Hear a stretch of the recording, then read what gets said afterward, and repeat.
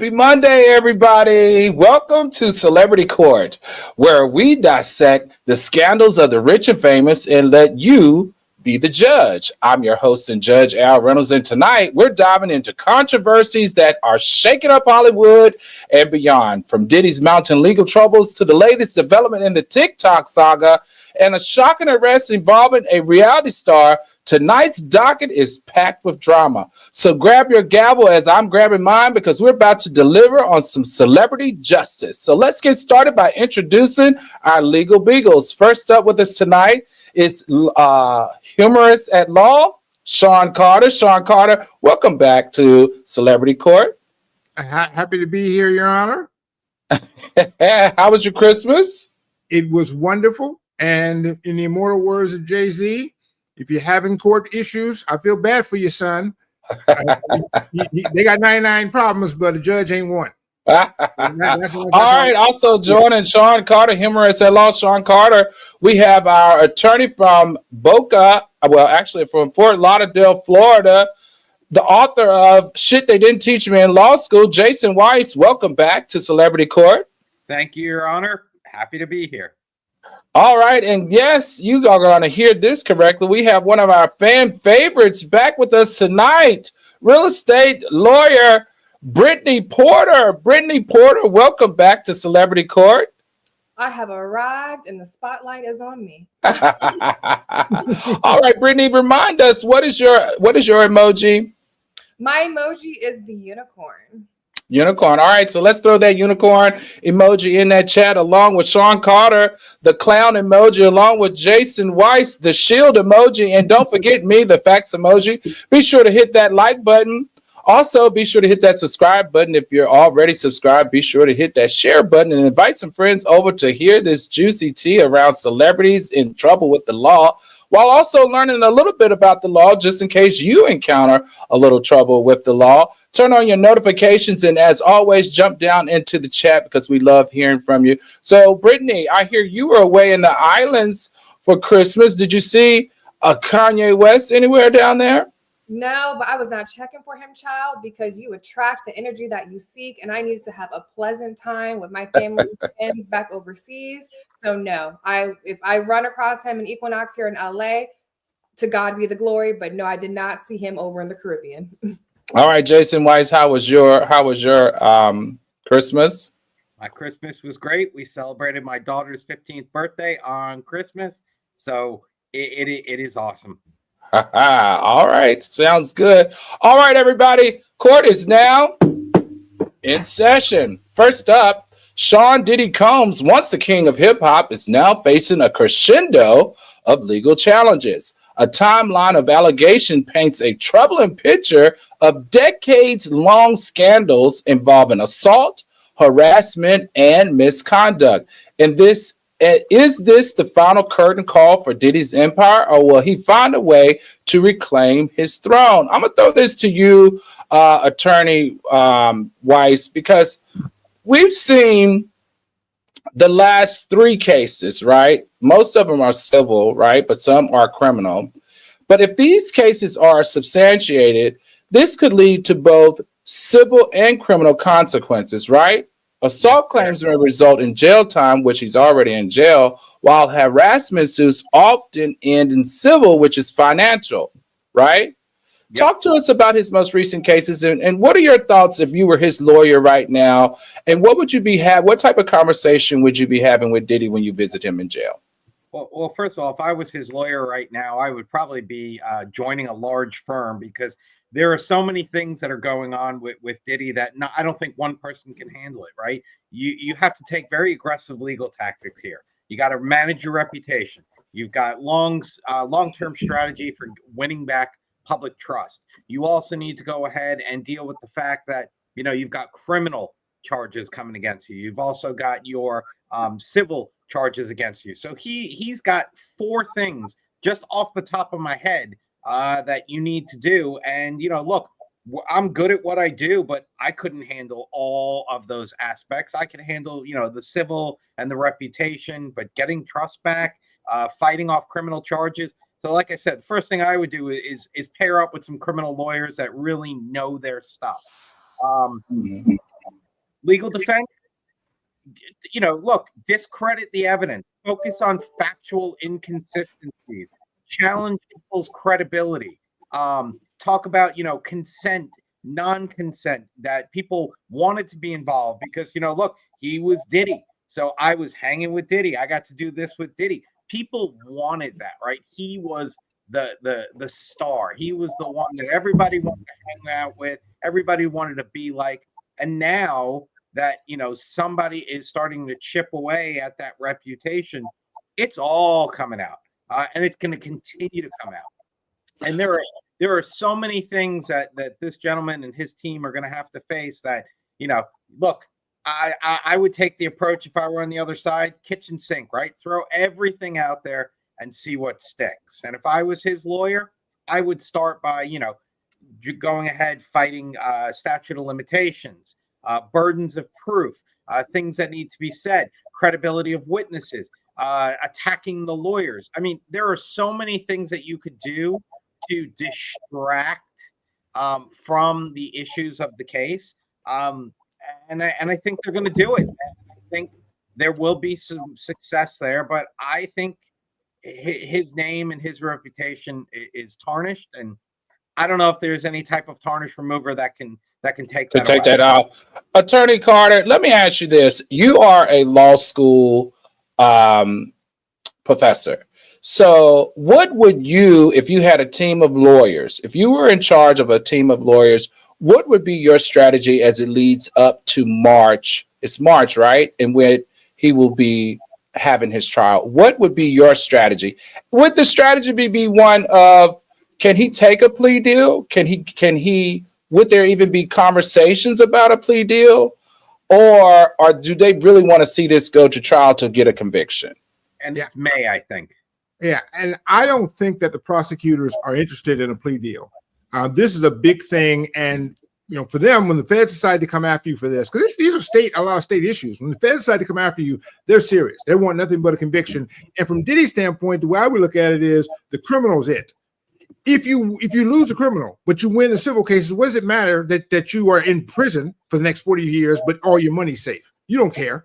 So from him, I'm like, I would just be focused all on the criminal. And the thing is that we think of a reputation that it'll never come back. But I got two words for you: Michael Jackson. Michael Jackson had 2 criminal trials with things that were equally disturbing. And you know what? I was listening to Billie Jean yesterday. All right. Nobody canceled Michael. All right. If you get an acquittal, or not, if you get even a hung jury 2 or 3 times, people tend to forget all this type of stuff.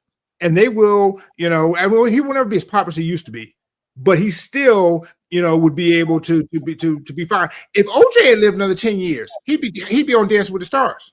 Yeah, but I don't think I can agree with that, Attorney Carter. And the reason why I can't is it's not one case. It's multiple. We have multiple cases of multiple people, children, men, women. Hopefully dogs can't file cases, but everyone it's not one case. It's over 10 at this point, and it's multiple people. So how do you feel like it's going to go away? Because I feel like if this case goes away, or they hung jury or whatever, then he has to go to the next case, right? Because isn't it like you guys said, all the cases go in the order in which they were filed. So he would just have to continue if he dismissed this one or whatever, he's got to go to the next one, correct? What are your thoughts on this, Attorney Porter? I mean, my thoughts on this are very simple and plain.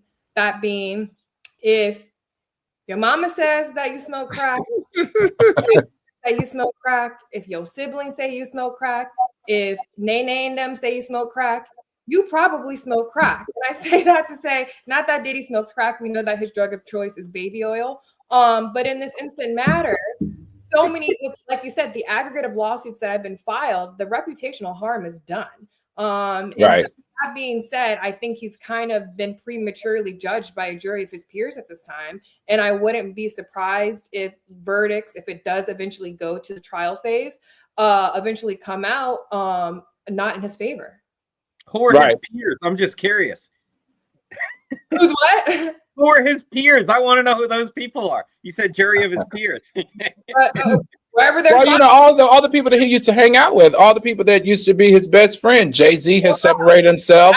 TD Jakes has separated himself. All his friends appear to be separating themselves from him. You know, everybody that used to pop bottles with him are now like, pop what? I've never done that with him. And we got pictures and videos, and we know that they're not being honest. My question though is, if I was Diddy's counsel, I would do everything you said, Jason. Try to discredit all these different people the best you can. However, I would be focusing on his legacy and his finances. If I was his counsel, I would be trying to figure out a way where this guy doesn't look up in less than 12 and 18 months and he is completely empty, zero, have no money, and the legacy of Diddy and the tarnish that it's going to leave on the hip hop community evaporates. That's what I would probably be counseling him on. And I'm going to back Attorney Carter, because again, if he's sitting in jail for the rest of his life for what he's doing, doesn't matter if he's got a penny or $1 billion anymore. It really doesn't matter. I think he's got to he has to win these criminal cases. He's got right. to. And then everything else could fall into place. You know, we forget things. He could keep his money. He could settle those out. He could do whatever. But if he's sitting behind bars, it's over. It's over. And one more point on the long-term legacy, because it's funny, because in the moment we always forget these things. But for instance, we all grew up in school. And by the way, if you're under 40, you have to probably and Attorney Porter. But let me explain this to Attorney Porter because he's young. These things behind us, there's the things called books, and there's ink of people in there. But these things used to be in a thing called the library. And in the library, we had to look things up with something called the Dewey Decimal System. That's true. Do you know who Dewey was? Dewey was a monster. Dewey was Diddy. All right, back in his day, he was so bad they threw him out of the American Library Association that he started. That's how bad you started. They throw you out because you grabbing asses everywhere. But here's the thing: we still use the decimal system. Nobody is just throwing books on the floor. We forgot all about that. His long-term legacy would still be Mace and all the other artists and Biggie. Long-term, he don't have to worry about that. That'll be secure. We'll forget all about this personal stuff. For him, it's just like staying out of prison, right? Because that's really the big deal. And sadly, I'm telling you, now we'll think about it. But think about all these old celebrities we had. They were horrible. We don't care. As long as you had a good movie, a Thriller album, we'll long-term legacy, we'll get over it. All right, let's go to the viewers. All right, viewers, we're going to turn a spotlight on you. Should we separate the artists? Drop down in the chat. Should we separate the artists from the art? Or is it time to hold our icons accountable for their actions, especially if they're sexually assaulting, drugging, and sex trafficking young individuals or ladies against their will? What say you, jury? Throw down in the chat. And the second question for the chat is, does Diddy deserve a second chance, or should his legacy be left in the past? Put it in the chat, please. Does he deserve a second chance? Jury, you're the jury. The viewers, drop down in the chat. Does Diddy deserve a second chance, or should his legacy go down? What did I say? Should his legacy be left in the past? Is that possible? I think his legacy could be left in the past. I think he's done some great things for hip hop, and I think he could be, still recognized for that. But if you're out here sex trafficking people, sexually assaulting people, shooting people, I think there has to be some type of accountability. What say you, the jury? All right, while you're thinking about that, let's keep it going. Next, in a surprising twist, President-elect Donald Trump is urging the Supreme Court to delay the implementation of a law that would ban TikTok in the United States by January 19th, 2025, the day before his inauguration. Trump argues that this incoming administration should have the opportunity to negotiate a resolution, citing concerns over free speech and the app's popularity among Americans. All right, now Trump's request introduces a complex legal scenario. The Supreme Court is set to hear arguments on the constitutionality of the ban, focusing on potential First Amendment violations. Delaying the ban could allow for a political solution, but it also prolongs uncertainty for TikTok's future in the United States. All right, who did we say we were going to throw to on the TikTok and Donald Trump? I guess because of my age, they threw it to me. All right, Attorney Porter, talk to us. What is the argument here? So legally, there are a few things that Trump could do. All right. The first thing that he could try to do would be within his first 100 days of office would be to try to get Congress to repeal the act. No, we already know that this was a law that was passed by broad bipartisan vote. So while this method may be the cleanest way for him to try to constitutionally pursue these endeavors, it definitely is not going to be the easiest, and I don't see that as being likely. Another option that Trump has would be to direct his prospective or soon-to-be Attorney General to not enforce the law. So even though Congress has passed this into law, that's an option. Yeah, you don't have an attorney. Well, legally, yes. Now in practice, is an option. Likely no, because currently the way the law stands is it's penalizing the app stores or the cloud service providers who work with TikTok a fine of up to $5,000 per user. So while the Attorney General can technically not enforce the law, the problem is that these service providers and app stores are still in violation of the law. And so the buck may eventually stop somewhere, and they may eventually long-term down the road face the consequences of having remained in violation of this law, which is legal exposure. I can't see companies that are worth more than a dime are willing to go over that. Yeah, to go over that option. So, that's an option. Is it likely? Probably not. The third option, which I think would be to his strongest suit, would be to try to facilitate a sale. The problem with that is, while on the demand side, obviously it wouldn't be any trouble trying to find a US-based company or a private citizen to purchase the app. The issue is China going to sell it? And again, right. No. And if you sell it, are they going to give you the all access to the algorithms that you're looking for? No. So legally, what can Trump do? Trump has a couple options, but when it comes to the likeliness as far as execution, I just don't see it. Okay, so let me ask you this, Attorney Weiss. Before Trump was against TikTok, what has made him change his mind when he says that, this ban raises question about freedom of expression? And he then also says that there is an issue of government overreach here. So if it's an issue of government overreach, wouldn't he, as the president who's trying to get the ban delayed or not done, isn't that government overreach? So he's looking at the 17 and 18-year-olds that are going to be able to vote in 4 years. And that's what he wants to do. He wants to gain favor with them. He's going to be the president that saved TikTok in the United States. That's what Trump wants to be. And that's what this is all about.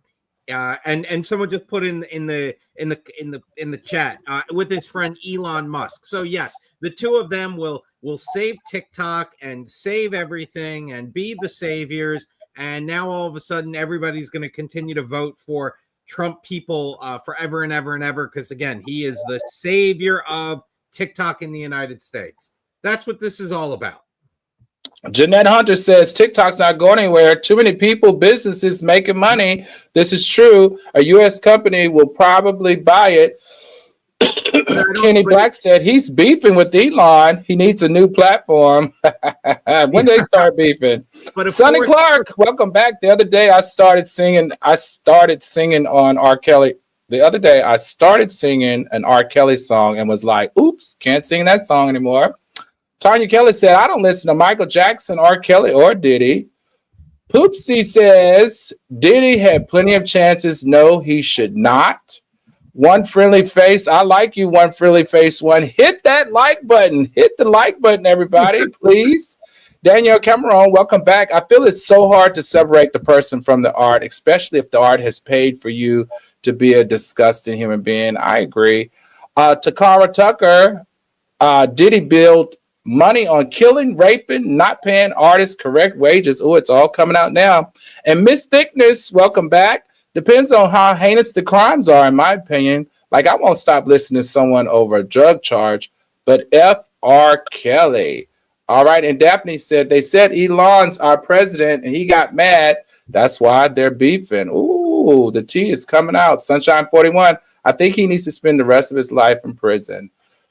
I think if he's guilty of it, I think you're right. All right. Here's a provocative question for you, the jury. Is this move by Donald Trump a genuine effort to protect free speech? Or is it, like Attorney Weiss said, a strategic play to curry favor with younger voters? I think it is definitely part of what both of the attorneys said before. However, I just found out something today that one of Trump's major donors is a guy named Jeff Yazz. And you know what Jeff Yazz owns? A significant investment in TikTok, the parent company of TikTok. This is going to be about Trump a lot. And this is the thing that's going to be disturbing, is him paying back his buddies for their campaign contributions. Oh, for their campaign contributions. I believe that. I don't think there's anything that he would put past. I wouldn't put anything past him. But I want to know, if we didn't have Trump in office, right? Like, say Kamala was in office, should the government have the ability to ban TikTok? I'm going to say no. And and by the way, look at all this gray. All right. It's not like I'm on there doing dances, right? And anything like that. Okay. But here's the bottom line is this law is so unusual. I actually looked it up. There's no law like it on the books. There's no other law that says one company can't operate. Now, there are some laws that say, for instance, you can't buy military parts from a Chinese or an Iranian company. But there are no laws that say one particular company. Actually, in fact, we have in the Constitution something called a bill of attainder, which says you cannot make laws for just one person. No one can say, hey, Sean Carter can't do this. You could say, men can't do this, or even black men couldn't do this, but you can't say one gray-haired men. You can't say one man can't do one thing. And somehow this actually is a law. And the interesting about this is Trump was for it before he was against it, before it. He was the one who originally started the ban, and that ban got knocked down when it was executive order by the court on free speech basis, on due process bounds, and on the grounds of it being what's called a bill of attainder. And so the idea here is that the Supreme Court will hear this case on January 10th. And it's entirely possible, particularly now that Trump has put his little stubby fingers on the scale, it's entirely possible that they'll say, you know what? I'm not sure this law is constitutional. Well, you know what? I will have to say, if you really break down what the security breach part, I am concerned. I'm concerned about them having the ability. Everybody that signs up for TikTok, they can go into all of your digital footprint, including your financial, including your personal stuff, and it could be in their hands to do whatever they want, just like how the Russians used Facebook to manipulate the first elections of Trump being elected. So I am super concerned about that. But what is the in between? Like, what is the safety mechanism that can be put in place to make sure that the lives and the citizens of the United States are not jeopardized on that front? We need to be smart as a society. We need to stop putting our things out there, right? That's what it's all about, right? We need to be held accountable for it. You want to use, open AI, and you want to put in your date of birth and social security number to figure stuff out. Guess what? It's now out there. So, we're putting stuff out there. If you don't want someone to know that, if I don't want someone to know that I live in South Florida, then I shouldn't put it out there, right? I don't think it's that simple, though, Attorney Weiss, because if I sign up for TikTok, I didn't know that I was, because I also on that handheld mobile device, because I have my digital bank on there, I didn't sign up when I signed up for TikTok for them to have access to all my information on every app that I have on my phone. I feel like that's scary. Like, you think only you think that only TikTok is doing it, or do you think that all of them are doing it? Well, I think a lot of them do it, but they're not selling it. I mean, it's not being sold to the Chinese, who can then take it and duplicate identities or create campaigns to like brainwash, our bottom feeders in America to do stupid stuff and overturn laws that exist for years for a reason, or rewrite the Constitution. Like, I feel like I'm in those days now because of social media platforms. I don't know. I think I'll say this much. I mean, I'm no political guru, but I am a former congressional intern during the Obama administration. And Of course you are. I was one of the many. Well, not so much anymore. But what I say that to say, during my time there and just seeing how that body of government works, whenever you have a bill that's passed by a bipartisan vote, like there's a serious issue. Whenever Right. these are, especially in today's climate, with the elections going on, and we saw the rhetoric that was given during that period. Whenever our two major parties are able to come together and pass a bill, like there are serious concerns that have brought everyone to the table, and they need to be addressed. And I agree with Al. If I'm, whether or not in my capacity right now as an adult, or if I'm, what's the minimum age, 13 to have a TikTok? I'm a 13-year-old that's just Right. trying to do TikTok to be with my friends, whatever. I'm not signing up for you to now permanently take my image and put it in some AI stuff and have some false identity stuff going on. And then to Al's point, I'm not signing up just because I want to use the app. Now I got to be careful of my mobile banking app and everything else, you being able to access my stuff. Like that's not what I'm signing up for. Right. So I think the alternative is we need an American company that can create a similar product, and people just move to that app, similar to what happened with Twitter when it became X and people weren't down with that. How other apps just started coming up with versions. Now it hasn't been as popular, but to the extent there's a national ban, I'm pretty sure you'll get the numbers. Yeah, I'm sure. Yeah, and the people have found a new home now. I agree with you on that. But And Elon Musk Hold on, is one probably second, creating a new second, platform. counselors. So JY says low volume on Weiss. JY And says Porter. also low volume on Attorney Porter. Volume is great for me. It's great for me, JY. I was complaining about low volume too, everybody. We're trying to figure it out. I see a lot of people are saying we have low volume. Counselors, if you don't mind turning your volume up, so we want to make sure everyone gets a good listen.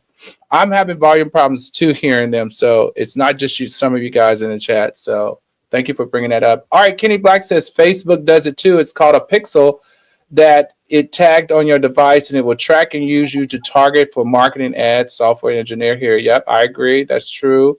Abby NYC, the MM family. Welcome back, Abby. How many social media apps do we really need? There are so many. Let's see who else. Takara Tucker says banks have security issues every other year. Nobody's closing them down. JP Mills says those rich folks really own Trump. All right, let's keep it going, everybody. So the question here is, hey, I guess we'll find out, right? We'll find out. Next up, in breaking news, Vanderpump Rules star James Kennedy has been arrested for alleged domestic violence against his girlfriend. Fans and co-stars are in shock. Some are calling for accountability, while others are standing by him.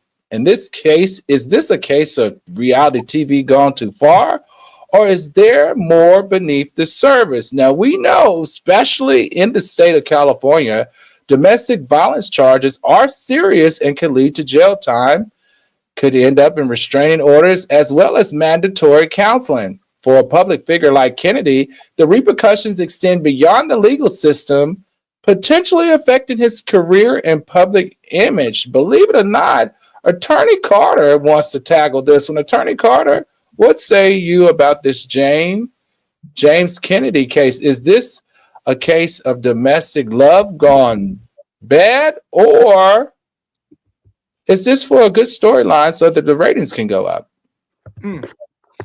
Yeah, I'm not sure if that the domestic it's a storyline, but I'm not sure that's going to help the show a lot. And actually, it's kind of hurting. By the way, this Lisa Vanderpump, who was originally, I think, from Real Housewives of Beverly Hills, I got to give it to girlfriend. She got all the shows. She got a spinoff on the Real Housewives, and now I think about a spinoff on this one about her dogs. All right, Vanderpump dogs. Are they going nuts on this?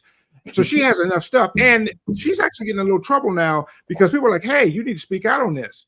And she's like, I'm not talking about it. You know, she's like Beyonce. Like, I'm just mind on my money and my money on my mind. Right? Her, Beyonce, I ain't thinking about nothing of this stuff. So I'm not sure that it's a publicity stunt. And this guy's been doing this on the show a lot.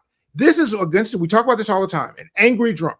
All right, someone who drinks and then they want to get violent. He's been acting a fool on the show, and I just don't get it. If you're out there and you're an angry drunk, stop drinking. All right, I don't get it. All right, if you want something to be mad about, you could just be mad at life and save money. All right, but it doesn't make sense to. I drink to be happy, right? if we weren't on YouTube, I'd say technically I might from time to time partake in a little weed, and guess what? Only the strains that make me happy. All right, I don't take those. I don't get this. Right. I mean, this is a guy who has problems. And then, by the way, you just saw a picture of him. When I was reading about it, that man does not look 32. Let's see, Bailiff. Can I see the picture? Let's see the picture. Bailiff, can we see the picture? Rashad?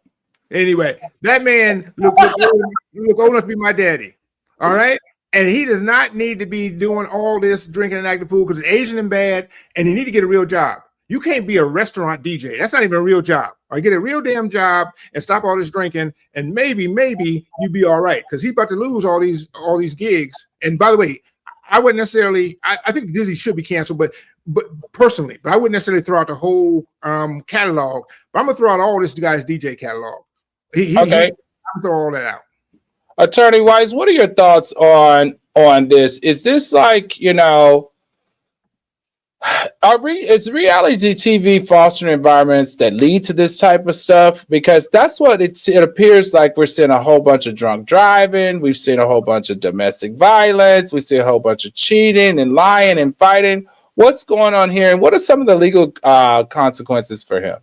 So I think some of it has to do with the fact that you're on TV. You think that you're invincible. You think you're above the law. I mean, look, we when players turn pro in the National Football League or something, they always feel like, I'm invincible. I'm going to be able to play for 20 years. I'm going to get my big contracts. I mean, the time in the league is, a handful of years, if that. So look, me personally, I'd never heard of this guy until the topics came up tonight. So that means, and I think, having two teenagers, that I'm kind of with it and I understand, some of the celebrities out there, but I didn't know who this guy was. So yes, he was thrown into the spotlight. He's doing things. And when you're in the public image, you have a responsibility. People are watching. People want to know who you are. People are going to follow you. And if you do something, shady, stupid, or without thinking, you're going to get caught. And someone just posted, it makes them feel powerful. I believe it. It's kind of like, wait, I'm a celebrity. Let me see what I can do. Let me see what I can get away with. And you look, alcohol abuse and other things and domestic violence, those are all illnesses. They need to be treated. And, we can't forget how important mental health is across our society. Okay. I hope in a future says the bailiff is on those strings as well. Kenny Black said the bailiff just received a written warning. We need to see a picture of the man that aged like milk. Jay Wiley, hey Jay, said the bailiff probably went to the bathroom. Abby NYC, the MM family, says this whole idea of reality TV is getting old and very unreal. I agree. Let's see. Kenny Black says he looks 57. And then Takara Tucker says, Al, hit the bailiff with the bombastic side eye. All right, Brittany, really quick before we move on, you watch a little reality TV. Do you really think that, some of this stuff could be for ratings and how they keep their spot on the show nowadays? The more publicity they get, the more buzz around their name, the more value they have on the show.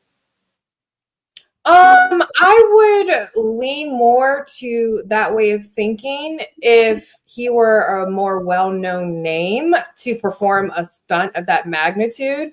I really just think this was a case where the term celebrity is used so loosely now. I mean, even nowadays, like stars on what's the little app where you could pay to watch people's private parts for free? Not for free, for a monthly fee. Hypothetically.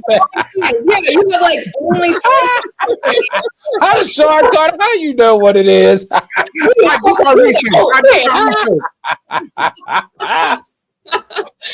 like, you know, you have celebrities that come from OnlyFans, and you think about it like back in the day, and mind you, I'm 33 years old.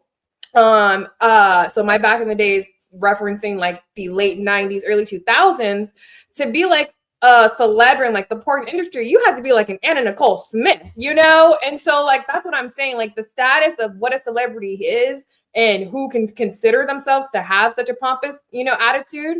I'm pretty sure he thought he was going to pull this off like Justin Timberlake. You're not Justin Timberlake. You don't even look like him. You look like his great uncle. And so, yeah, I think this is just the case of someone having a big head and thinking that the law just didn't apply. And this was your moment.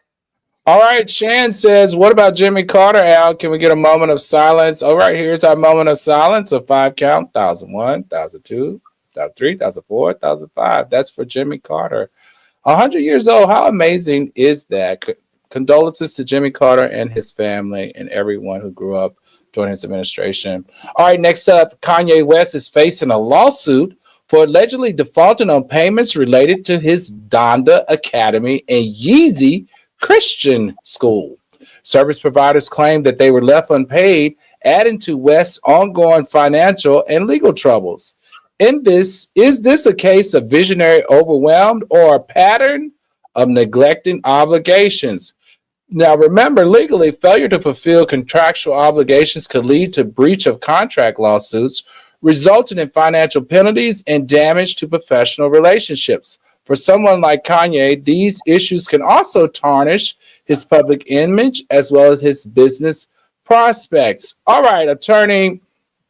Who did we say we want to throw to? Attorney Weiss? Was it Weiss who wanted to tackle this? Sure. Attorney Weiss, help me understand this. Tell me legally what the ramifications are around this, and how can someone who claimed to be so wealthy just walk around and not pay any of his bills and no one can get the money from him? Like, why can't they, you know, garnish his bank accounts or something? I just don't understand how somebody so wealthy can walk away from paying so many bills, because this isn't the only time that he didn't pay his bills. Remember the choir and the church that he was building, and he abandoned the construction people and the building of that, and he didn't pay the choir. You know, there are all types of allegations surrounding his principal at his schools and stuff where he wasn't paying the principals of the school. Here are some of the students. How does a person like this get away with all of this? He's a celebrity. He could do what he wants, or at least that's what he thinks. You know, look, he's made some terrible decisions. I mean, he's come out and he's, you know, look, his Yeezy sneakers weren't those the hottest things on the planet? And right, we were all shoot. I signed up for the app to try to win them and all this and all that. Now I got 4 pairs sitting in the in the living room that I can't even sell for $50. So his image, his everything, his decisions are all shot, right? But what he probably has is a great legal team behind him. He's got the money. He's got it hidden. Nobody can find it. Nobody can see it. So that's where this money is.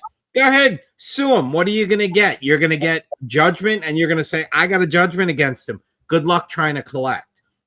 That's what he's standing behind. And again, he's another one that thinks he's invincible. The law doesn't apply to him. He could do what he wants. He could say what he wants, and he's going to get away with it.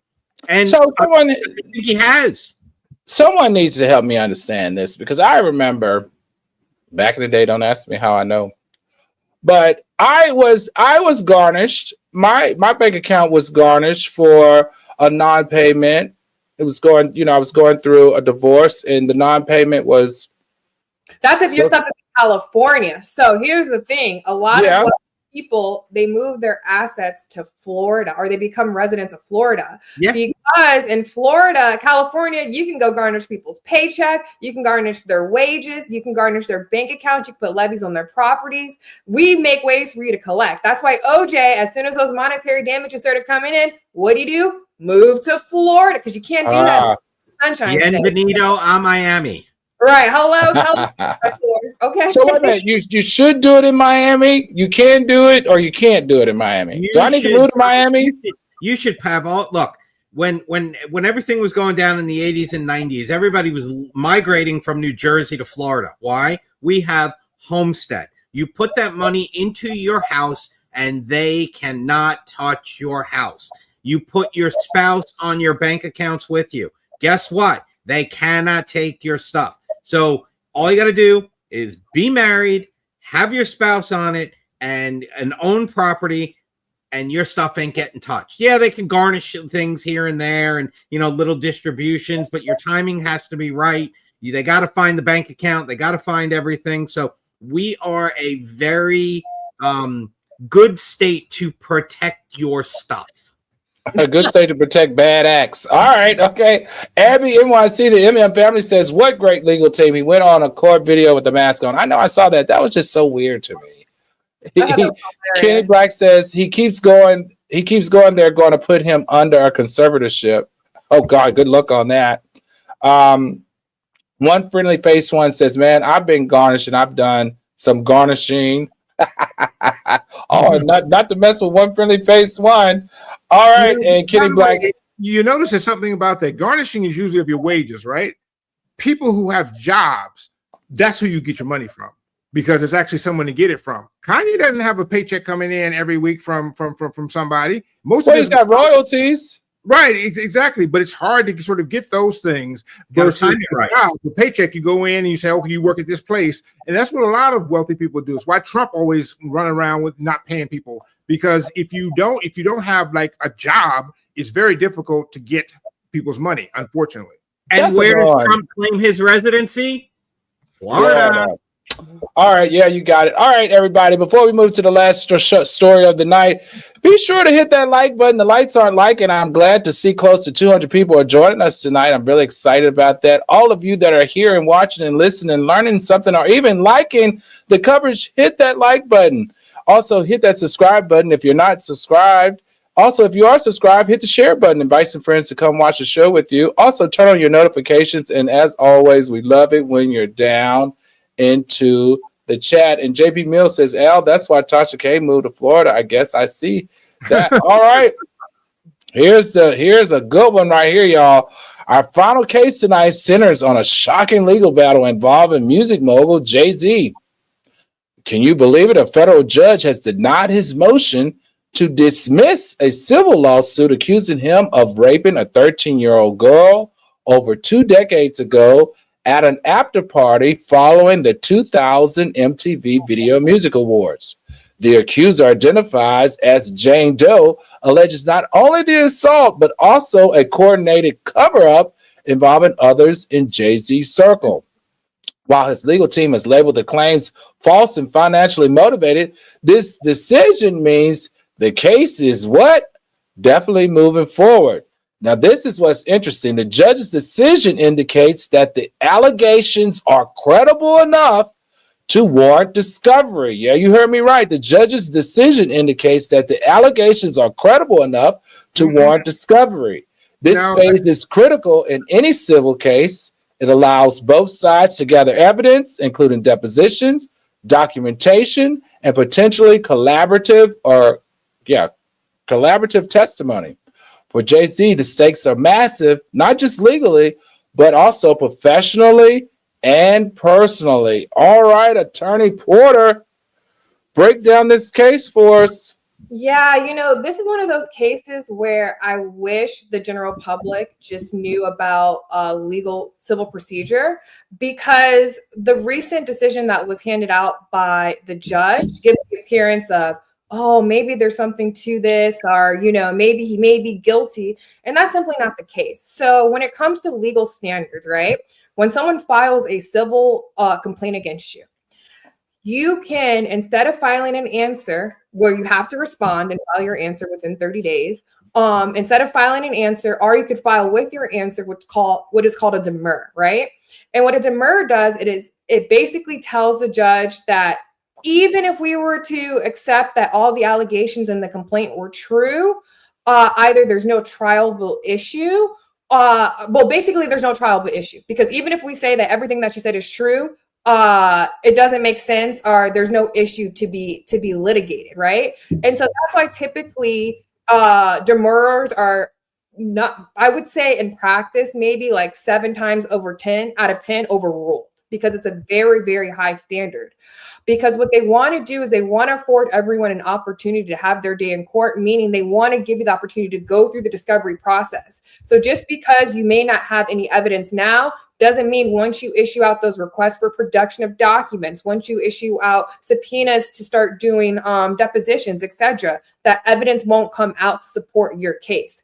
However, that doesn't really mean you may have a case at this point in time. You just have enough for something to be there to keep it open. But again, to have the door closed is a very, very high standard. And so typically what happens in the litigation process is you wait, you go through the discovery process, and once all the evidence has been out there and it's been exchanged, then you file what's called a motion for summary judgment. That's basically saying that now that we've seen all the evidence, they ain't got no case. So judge, let's just shut it out at this point. And that's when your motions tend to be more successful. But judges 7 times out of 10 allow it to proceed through the litigation process so people get the opportunity to conduct discovery and discover whether or not. Well, you know what? I want to talk about this though, Attorney Carter. I want you to jump in here as a law professor. The thing that was most interesting to me was the judge's, what do you call it when he gives his advice or his interpretation, right? Mm-hmm. He was very upset with Jay's lawyer technique, and he found it was extremely problematic. Thank you, Opera Sings, for bringing that to our attention. He, in fact, did. And that was, he said, there's a problem here. And this is, I'm not throwing this off because of what you, Jay-Z, whoever Jay-Z is and who his lawyers are, because what I see enough information here that will allow us to go to the next step, which is including gathering evidence, right? Depositions, documentation, and that's pretty damaging. That could be pretty damaging. What are your thoughts about the judge's judgment as he relate to the technique was extremely problematic? Okay, the judge is 100% correct. To understand what the judge was there to decide, though, here's what the judge was there to decide. If everything in the complaint is what it says it is, then there is enough to bring this charge, okay? But understand, like Attorney Porter said, that's a very low standard to meet. I could have filed that same complaint against Jay-Z and it would have passed. And he's yelling at his lawyers because they should know better. It'd be one thing if the person in that complaint, the victim in this complaint, talked about, let's give an example. Let's say she said that Diddy did all these things to her, but that J-Lo is responsible for it. That would be a case you can throw out because J-Lo has no responsibility here and by law. But so what the judge is saying here is you should know better that you even bring this nonsense in here. And then she also says, hey, in addition to that, you're also getting a little crazy here. You're calling the guy names. You're using ad hominem attacks. You're calling him a scumbag. You don't have to do all that. All you had to do was come in here and as Attorney Porter said, file your answer. We didn't do this. But the idea that you came here and tried to have this case dismissed is ridiculous because no case can be dismissed based on those allegations. And like I said, it doesn't matter that they're true. I could have filed those allegations. They would have had to go to the next step because she did state a case that if those things are true, would be a lawful case. All right, I want to go to you, Attorney Weiss, real quick, because these other two are being way too nice here. I thought the judge was brilliant in saying a couple of things. One, you didn't have to attack the other lawyer like that. You didn't have to drag him. The statement looked ridiculous. And on top of all of that, after they rotated out of that tactic, they then said, not that he is innocent, but that we should be looking at the statute of limitations around this. And that there's no statute to protect. There's no statute that would protect the victim. Who says that? I mean, I understand that you would add that into your argument, but why would you make that your main opinion as it relates to defending Jay-Z against this crime? I'm not even sure. I mean, look, at the end of the day, the judge took the biggest issue with these personal attacks, right? These lawyers are going at each other, and the judge doesn't want to hear that. She doesn't want that here. She doesn't want that in her courtroom. And look, at the end of the day, this judge is not going to give Jay-Z, the benefit of the doubt just because he's Jay-Z. I think this judge is going to allow this case to proceed. Look, I still don't agree with the fact that he's not given an opportunity yet to efface his accuser, and that's the main problem I see here. He needs to know who he's being accused of doing this to. That's just a given right and part of the Constitution, and I take issue with that. But again, like Attorney Porter said, the motion to dismiss, the only thing that I disagree with her on is she said 7 out of 10 times it's going to lose. I think it's 9 out of 10 times. Right. I'll give it to you. All right, let's go to you, the jury. Let's go to the jury. Want to hear from you. Should historical allegations like this involving claims that are over 20 years old be allowed in court? Because that's what Jay-Z's lawyer is arguing right now. These allegations shouldn't necessarily belong in court. Or does this risk undermining due process if it's not allowed, even though it happened 20 years ago?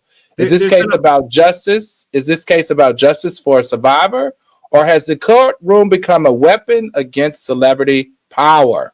And finally, do we see as a society reconcile the art and the artist when faced with allegations this serious?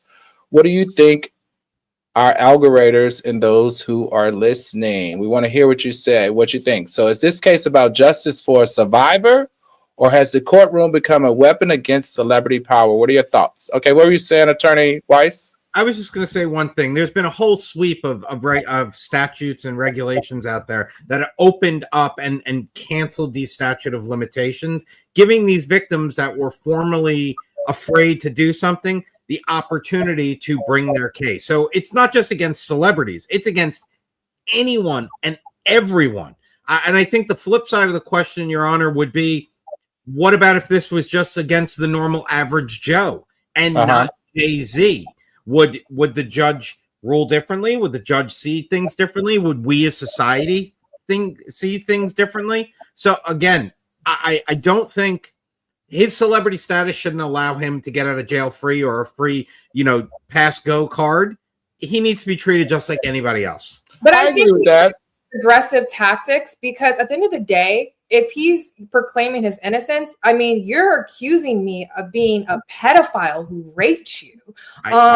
So if that is just simply not true, I'm coming at you. I got kids. My daughter, just did the big game with Beyonce.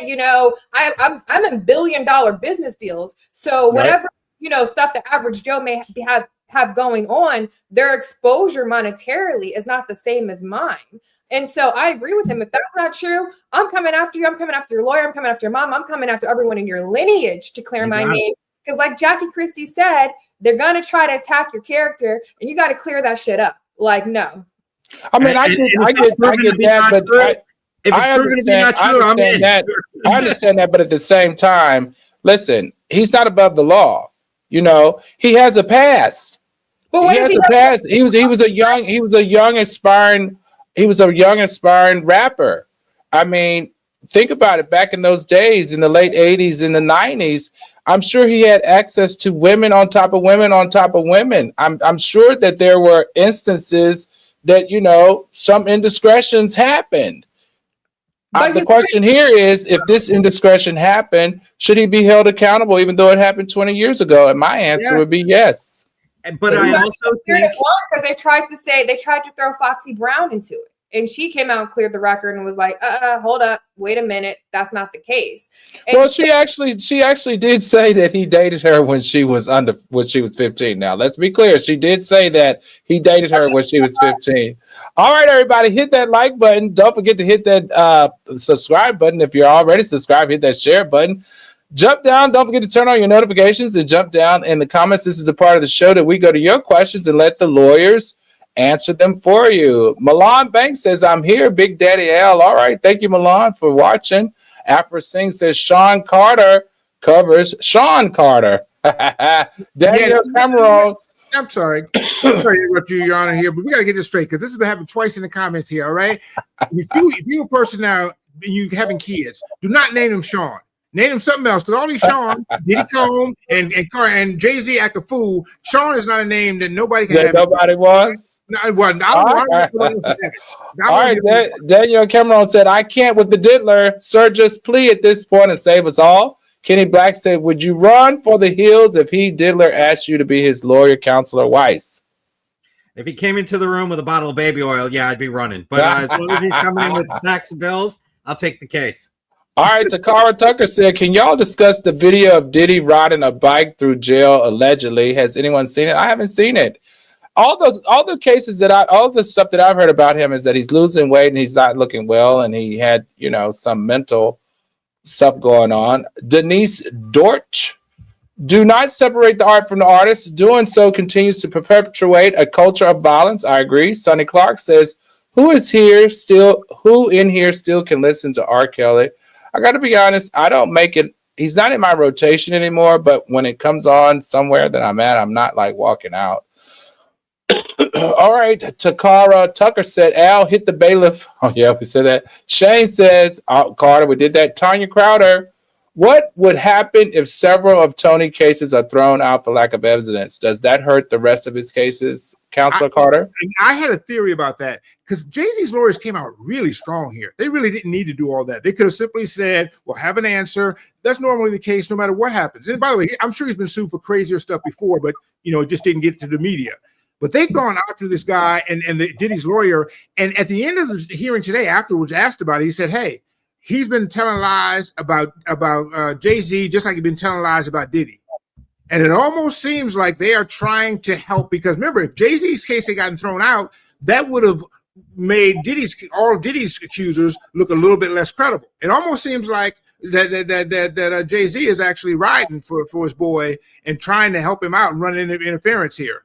No, it's just the lawyers. I don't know if I got that interpretation, Counselor, but let's keep it moving. Apra sings, the judge allowed the identity to remain private based on the defense aggressive legal tactics, but at some point they have to know who is accusing him to defend him. Tanya Crowder, that Tony dude is suspect, way too many cases. He's not doing his research on all of them as a good lawyer should. Jay Wiley said, I don't know what evidence can be collected 20 years ago. I'm not sure it's a good idea. I'm all for justice for survivors, but 2 decades seems a long time. Ooh, that seems interesting. All right. This is a part of the show that we go back and we give our verdicts, whether they're guilty or not guilty. And you too, the viewers, first up, Diddy's legal troubles. Do we still think Diddy is guilty or not guilty of some type of impropriety as it relates to sexual abuse, physical abuse, sexual assault, or sex trafficking? Attorney Porter, what say you? I would definitely say the jury's still out for decision. So guilty, not guilty? Oh, damn. Okay, well, guilty then. Attorney Carter? As the old expression goes, where there's baby oil, there's Diddy. Now he did all that. Attorney Weiss? Guilty. All right, I'm Al, and I'm the judge here in the court of public opinion, and I'm going to find Diddy still guilty. What say you, jury, the viewers, guilty or not guilty? Tanya Kelly says guilty. Denise Dortch says guilty. All right, let's keep it going. Next up, is Trump guilty or not guilty of trying to win young future voters? Attorney Weiss, what say you? Guilty of trying to win young future voters. Attorney Carter? Guilty, and he won one old one too. I'm not voting for him, but I have to admit though, I got your back on the TikTok because I like to watch. I like to waste my time like everybody else. Attorney Porter? Guilty beyond measure. All right, I'm Al, and I'm the judge here in Celebrity Court, and we're going to find Trump guilty. Guilty is charged for trying to not only change his mind, guilty for changing his mind, but also trying to get these young voters and promote and recruit more people into his cult. All right, next up is Jane Kennedy. Guilty or not guilty of domestic violence? Attorney Porter, what say you? He's guilty of looking like a bootleg Robert Pattinson. Like, Attorney Carter?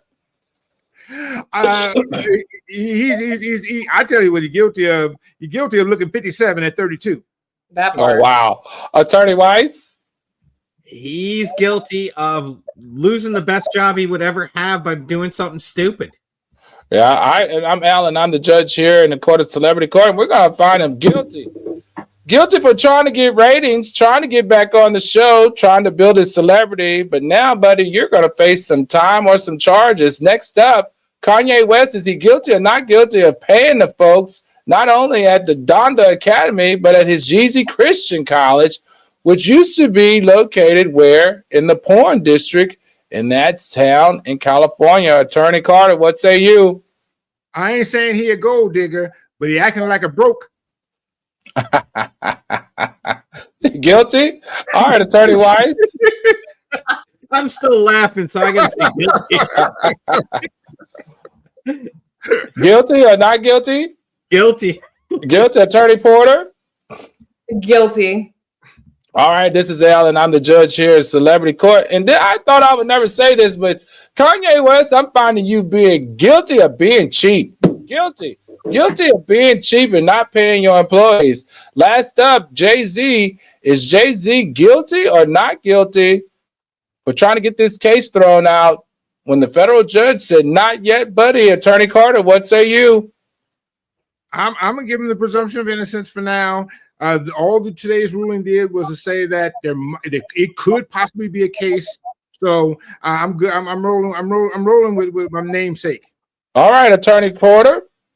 At this moment, not guilty. Don't let them assassinate your character if what they're saying is not true. All right, Attorney Weiss. I think he's guilty of having lawyers that are going down the wrong path. Okay. I'm Al, and I am the judge here in Celebrity Court, and we're going to find Jay-Z not guilty. Not yet. Not guilty. Not yet. But we're going to see. All right, everyone. Whew. Tonight's cases were more than just scandals. They were a look into how fame, fortune, and power often collides with justice. From Diddy's mountain legal battles to Jay-Z's explosive lawsuit, we're reminded that the legal system doesn't discriminate. But the court of public opinion, now that's another story. Clearly, you can see with how our lawyers have decided to vote. As we've seen, every case comes with its own complexities, as well as questions of accountability, motivations, and yes, even redemption. But let's not forget the bigger question. Do we as a society hold celebrities to a higher standard? Or do we allow their fame to excuse behavior that would be unacceptable for everyone else? Before we wrap up, here's something for all of us. Know that in the world of social media amplifies every accusation and every defense. Are we moving closer to justice or further away from it? Let's have this discussion right now, that whether the truth matters or whether they're a big enough star for us to turn our head. Thank you for joining us tonight on Celebrity Court, where fame meets justice and no hotline excuses judgment. Keep sending us your thoughts, keep questioning the narratives, and most importantly, keep watching. Until next time, stay informed, stay curious, stay empowered, and I'll see you in court on Friday, because Wednesday is New Year's. All right, everyone, court is now adjourned. Happy New Year.